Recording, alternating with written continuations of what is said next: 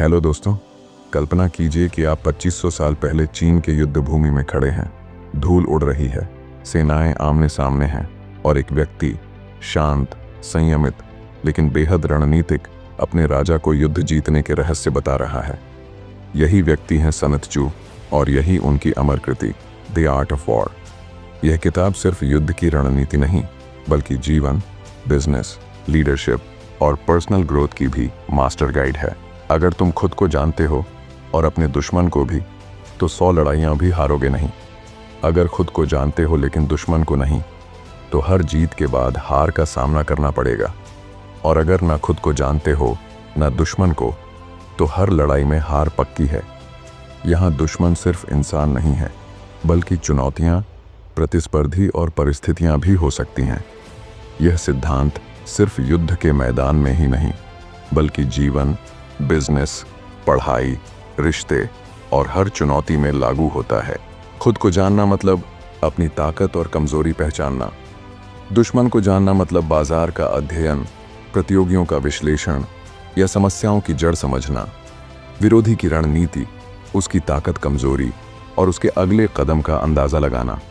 सन त्जू मानते थे कि ज्ञान ही सबसे बड़ा हथियार है।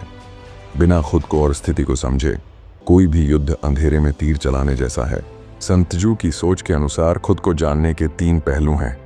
अपनी क्षमता पहचानो। क्या आपके पास पर्याप्त संसाधन है?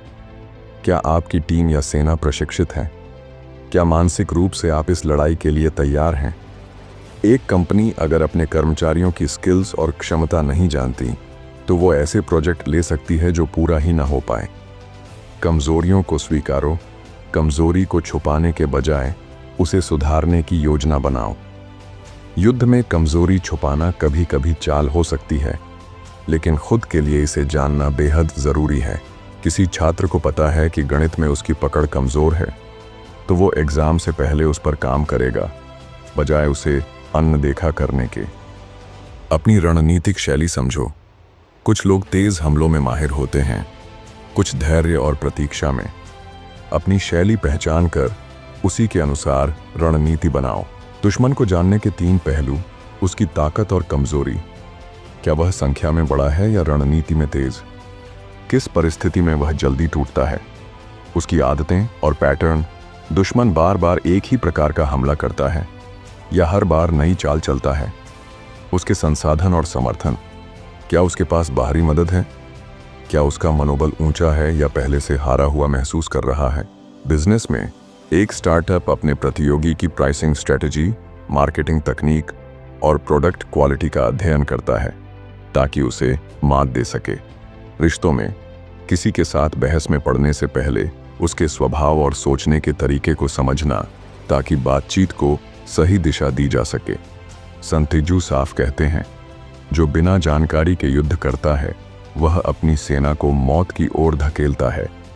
यानी बिना तैयारी और अध्ययन के कदम उठाना आत्मघाती है। आज के समय में यह सिद्धांत हमें यह सिखाता है, करियर में अपनी स्किल्स और मार्केट डिमांड को समझकर आगे बढ़ो। पर्सनल गोल्स में अपनी सीमाओं को पहचान कर उन्हें तोड़ने की योजना बनाओ। नेतृत्व में अपनी टीम की ताकत, कमजोरी और बाजार की स्थिति दोनों को ध्यान में रखो। युद्ध तलवार से नहीं जीता जाता, बल्कि दिमाग और जानकारी से। अगर आप खुद को और सामने वाली चुनौती को पूरी तरह समझ लें, तो जीत बस समय की बात है।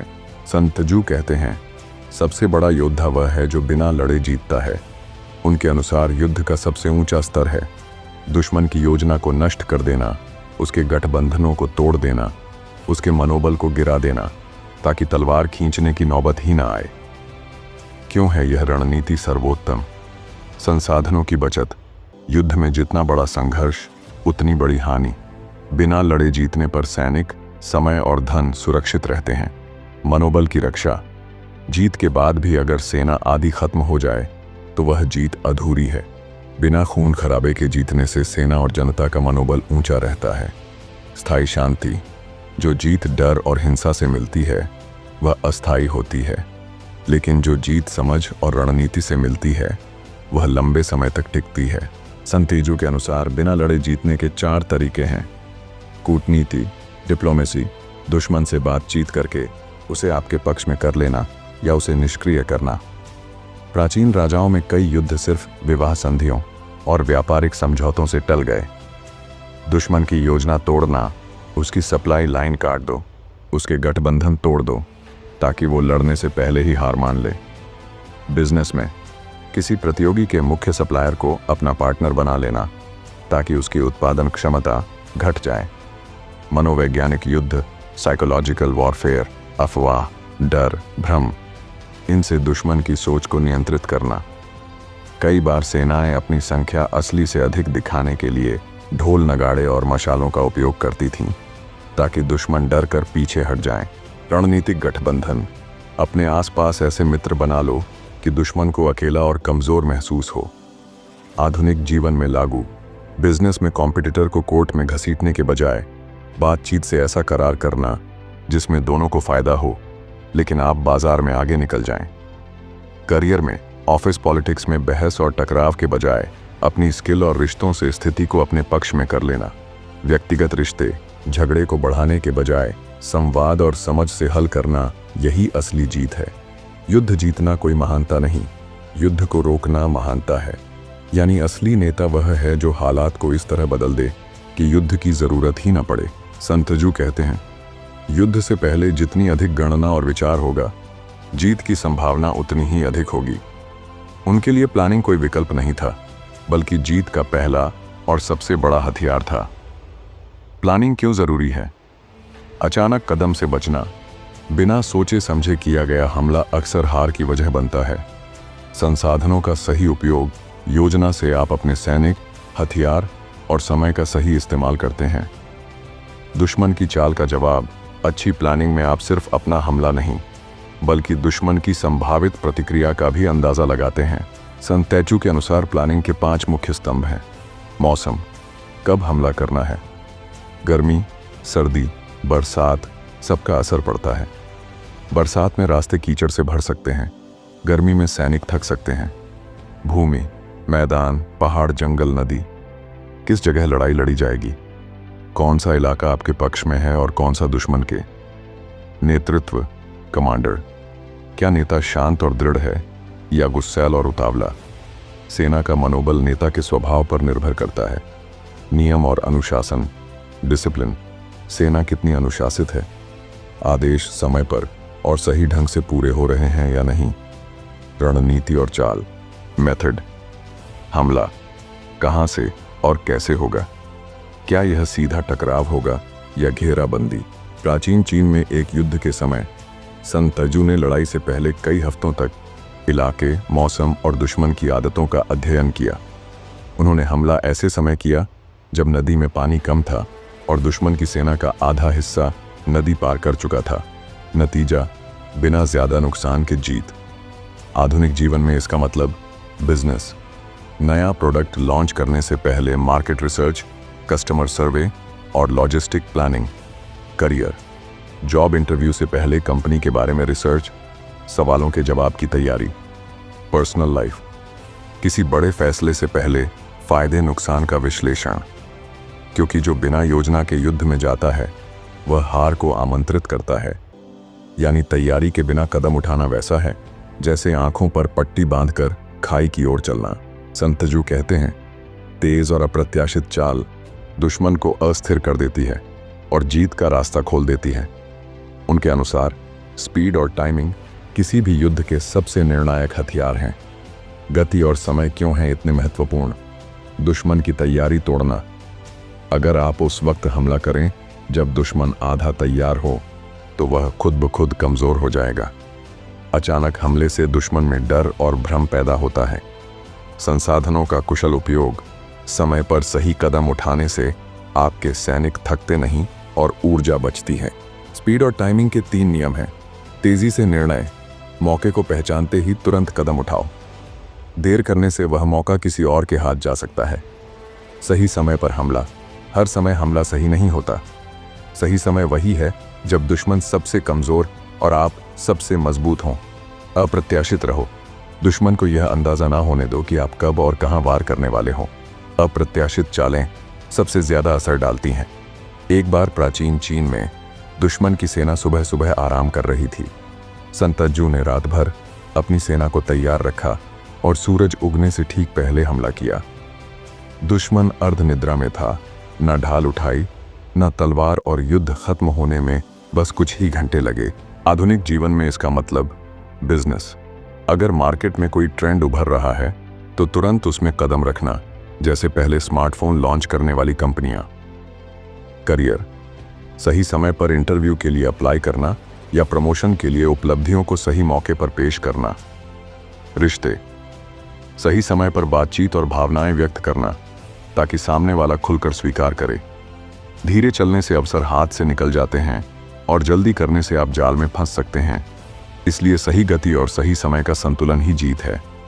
और जीत का सबसे बड़ा राज है सही वक्त पर सही जगह पर सही कदम उठाना। संतज्जू कहते हैं, युद्ध पूरी तरह छल पर आधारित है। जब आप मजबूत हों तो खुद को कमजोर दिखाओ, जब आप पास हों तो दूर होने का भ्रम दो। उनके अनुसार भ्रम दुश्मन को मानसिक रूप से अस्थिर करता है और अस्थिर दुश्मन आसान शिकार होता है। छल और भ्रम क्यों असरदार हैं? अगर दुश्मन को पता ही नहीं कि आप कहां से और कब हमला करोगे तो उसकी योजना बेकार हो जाएगी। सही छल से कम सेना भी बड़ी सेना पर भारी पड़ सकती है। लगातार अनिश्चितता में रहना दुश्मन को थका देता है। संतज्जू के छल के 4 क्लासिक तरीके: कमजोर बनकर ताकतवर वार, जानबूझकर पीछे हटना ताकि दुश्मन ढीला पड़ जाए और फिर अचानक तेज हमला करना, दूर होने का भ्रम, असली सेना पास है लेकिन झूठा संकेत देकर दुश्मन को लगे कि आप बहुत दूर हैं, झूठा हमला, एक दिशा में शोर शराबा करना ताकि दुश्मन उधर फौज भेज दे और फिर दूसरी ओर से असली हमला करना, पर्यावरण का इस्तेमाल, धुंध, रात, बारिश, इनका फायदा उठाकर दुश्मन की नजर से बचना। एक बार संतज्जू ने अपनी सेना की संख्या कम होते हुए भी मशालों और ढोल की आवाज को कई गुना बढ़ा दिया। दूर से देखने पर दुश्मन को लगा कि बहुत बड़ी सेना आ रही है। डर के मारे दुश्मन पीछे हट गया और लड़ाई बिना लड़े जीत ली गई। आधुनिक जीवन में इसका मतलब बिजनेस, मार्केट में अपने असली प्लान को छुपाकर फेक प्रोजेक्ट दिखाना ताकि प्रतियोगी गलत दिशा में मेहनत करें। करियर, अपनी स्किल्स को सही समय पर ही दिखाना ताकि प्रतियोगी आपको हल्के में लें और आप मौके पर बाजी पलट दें। रिश्तों में अनावश्यक टकराव से बचने के लिए अपनी असली भावनाओं को सही समय तक रोक कर रखना। एक बार संतज्जू ने अपने दुश्मन के भीतर के एक अधिकारी को अपना जासूस बना लिया। उस अधिकारी ने दुश्मन की सप्लाई लाइन और योजना का पूरा नक्शा दिया। नतीजा, संतज्जू ने बिना ज्यादा लड़ाई के उनकी सेना को भूखा और थका दिया और जीत सुनिश्चित कर ली। आज के जीवन में इसका मतलब है बिजनेस में मार्केट रिसर्च, प्रतियोगी की स्ट्रैटेजी का विश्लेषण और सही समय पर प्रोडक्ट लॉन्च करना।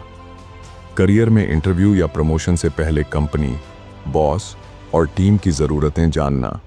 पर्सनल लाइफ में किसी भी बड़े निर्णय से पहले सारी जानकारी इकट्ठा करना ताकि भावनाओं में बहकर गलत कदम ना उठे। जानकारी तभी काम आती है जब वह सही और समय पर हो। गलत सूचना से बड़ी कोई हार नहीं। जीतने वाला हमेशा वही होता है जिसे मैदान में जाने से पहले खेल की पूरी तस्वीर मालूम हो। संतज्जू कहते हैं, युद्ध में पानी की तरह बनो। पानी अपना आकार खुद तय नहीं करता, वह बर्तन के अनुसार ढल जाता है। उसी तरह सेनापति को हालात के अनुसार बदलना चाहिए। उनके लिए लचीलापन, फ्लेक्सिबिलिटी का मतलब था योजना बनाना जरूरी है लेकिन उससे चिपके रहना हार का कारण बन सकता है। लचीलेपन के फायदे, दुश्मन को आपकी अगली चाल का अंदाजा नहीं लगेगा। कमजोर स्थिति से बाहर निकलना, अगर कोई रणनीति काम नहीं कर रही तो तुरंत बदल सकते हैं। मौकों का फायदा, अचानक बने मौकों को तुरंत कैश कर पाना। इसलिए संतज्जू कहते हैं, हालात को पढ़ो ना कि सिर्फ योजना को। अगर जमीन, मौसम या दुश्मन का मूड बदले तो उसी के अनुसार अपनी चाल बदलो। कई प्लान तैयार रखो, एक ही प्लान पर निर्भर मत रहो। प्लान बी, सी और डी हमेशा तैयार रखें। भावनाओं में बहकर निर्णय मत लो। गुस्सा, डर या अहंकार लचीलेपन को खत्म कर देते हैं। एक युद्ध में संतज्जू ने शुरुआत में अपने सैनिकों को पहाड़ी पर तैनात किया, लेकिन जैसे ही उन्होंने देखा कि दुश्मन घाटी से होकर आ रहा है, उन्होंने तुरंत पहाड़ी छोड़कर घाटी में घेरा डाल लिया।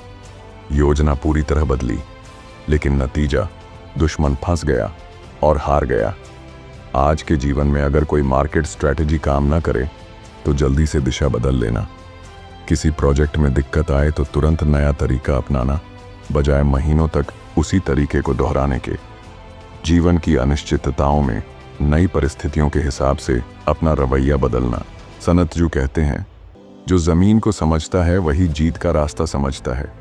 उनके अनुसार युद्ध में भूगोल सिर्फ रास्ता तय करने के लिए नहीं, बल्कि दुश्मन को फंसाने, बचने और थकाने के लिए एक हथियार है। इसलिए जहां दोनों सेनाएं आसानी से पहुंच सकती हैं, वहां सतर्क रहना जरूरी है। जहां से पीछे हटना मुश्किल हो, वहां तभी जाओ जब जीत का भरोसा हो। संकरी राहें कम जगह वाली राहें, जहां छोटी सेना भी बड़ी सेना को रोक सकती है। पहाड़ या ऊंचाई से लड़ना हमेशा आसान और सुरक्षित होता है। मुश्किल इलाका दलदल, जंगल या पत्थरीली जगह, यहाँ दुश्मन की गति धीमी होती है। मौत की जमीन, जहाँ पीछे हटने का कोई रास्ता ना हो, सैनिक पूरी ताकत से लड़ते हैं। एक लड़ाई में सनतजू ने अपनी सेना को ऊंचाई पर तैनात किया और घाटी में आने वाले दुश्मन का इंतजार किया। जैसे ही दुश्मन नीचे आया, ऊपर से तीरों और पत्थरों की बरसात हुई। दुश्मन के पास ऊपर चढ़ने का समय और ताकत नहीं थी। युद्ध मिनटों में जीत लिया गया। इसलिए आधुनिक जीवन में मार्केट के माहौल को समझकर उसी के हिसाब से अपनी पोजीशन तय करना, अपने कार्यक्षेत्र की पॉलिटिक्स, सिस्टम और माहौल को समझकर उसी में अपने कदम रखना, रिश्तों या चुनौतियों में स्थिति और माहौल का पूरा आकलन करके फैसला लेना। सनतजू कहते हैं, तेजी से हमला करना और सही समय पर वार करना जीत का आधा हिस्सा है। उनके अनुसार टाइमिंग सिर्फ हमले के लिए नहीं, बल्कि पीछे हटने, रक्षा करने और बातचीत करने के लिए भी उतना ही अहम है। सही समय की पहचान कैसे करें? दुश्मन की थकान, जब दुश्मन लंबे सफर या लगातार लड़ाई से थका हो तभी वार करें। मौसम और वातावरण, धुंध, बारिश या अंधेरा आपके फायदे में हो सकता है। मानसिक स्थिति, जब दुश्मन घमंड में हो या डर में, तब वार करना सबसे असरदार होता है। इसलिए जल्दी मत करो, लेकिन देर भी मत करो। सही पल के इंतजार में बैठना और उसे पहचानते ही तुरंत कार्रवाई करना। दुश्मन की गति को तोड़ो, जब वह गति पकड़ रहा हो तब उसे रोकना उसकी योजना को बिगाड़ देता है। सरप्राइज को हथियार बनाओ। अप्रत्याशित समय पर हमला दुश्मन की तैयारी को बेकार कर देता है। एक युद्ध में सनतजू ने कई दिनों तक हमला नहीं किया, जिससे दुश्मन को लगा कि वह डर गया है। जैसे ही दुश्मन आराम के मूड में आया, सनतजू ने रात के अंधेरे में तेज हमला कर दिया। दुश्मन आधा सोया था और बाकी भाग गए। इसलिए किसी भी बड़े निर्णय या बदलाव के लिए सही समय का इंतजार करना जरूरी है। सनतजू कहते हैं, युद्ध की सबसे बड़ी जीत वह है जो बिना लड़े हासिल हो। उनके अनुसार असली महारथ ही वही है जो दुश्मन का मनोबल तोड़े, उसकी योजनाओं को नाकाम करे और उसकी लड़ने की इच्छा खत्म कर दे, बिना तलवार उठाए। बिना लड़े जीतने के तरीके: रणनीतिक दबाव, दुश्मन को चारों तरफ से घेरना लेकिन हमला न करना ताकि वह खुद हार मान ले। राजनीतिक चालें, दुश्मन के सहयोगियों को तोड़ना और उसे अकेला कर देना। मनोवैज्ञानिक युद्ध, अफवाहें, डर और भ्रम फैलाकर दुश्मन की हिम्मत तोड़ना। क्यों ये सबसे बड़ी जीत है? कम नुकसान, न अपनी सेना की जान जाती है, न संसाधन बर्बाद होते हैं। स्थायी असर, बिना लड़े हारी हुई सेना फिर से खड़ी होने में ज्यादा समय लेती है। सम्मान की रक्षा, दुश्मन के साथ समझौते में दोनों की प्रतिष्ठा बच सकती है। सनतजू ने एक राजा के खिलाफ युद्ध की तैयारी की, लेकिन उससे पहले उसकी सप्लाई काट दी, उसके जनरलों को अपने पक्ष में कर लिया और अफवाह फैलाई कि हमला असंभव है। राजा ने बिना युद्ध किए आत्मसमर्पण कर दिया और यह जीत वर्षों तक कायम रही। आज के जीवन में इसका मतलब है मार्केट में प्रतिस्पर्धी को पहले ही आउटसोर्स, इनोवेशन या ब्रांडिंग से पीछे कर देना। ऑफिस पॉलिटिक्स में सीधे भिड़ने की बजाय पहले ही माहौल को अपने पक्ष में कर लेना। रिश्तों में विवाद को बहस में बदले बिना सुलझा लेना, क्योंकि सबसे अच्छा योद्धा वही है जो अपनी तलवार म्यान में रखते हुए दुश्मन को हरा दे। युद्ध हमेशा मैदान में नहीं जीते जाते, वे अक्सर दिमाग और दिल में जीते जाते हैं। तो दोस्तों, याद रखिए, सनतजू ने हमें सिर्फ युद्ध की नहीं, बल्कि जीवन जीने की कला सिखाई है। जीत सिर्फ ताकत से नहीं, बल्कि सोच, धैर्य और सही समय से मिलती है। आज आप अपनी जिंदगी में जिस जंग से गुजर रहे हैं, उसे क्या आप तलवार से लड़ेंगे या बुद्धि से जीतेंगे? तो अगर आपको यह सफ़र पसंद आया और अगर आपको द आर्ट ऑफ वॉर से कुछ सीखने को मिला, तो इस जीत को यहीं ख़त्म मत होने दें और वीडियो को लाइक, शेयर और सब्सक्राइब ज़रूर करें। तो मिलते हैं नेक्स्ट वीडियो में। तब तक के लिए धन्यवाद।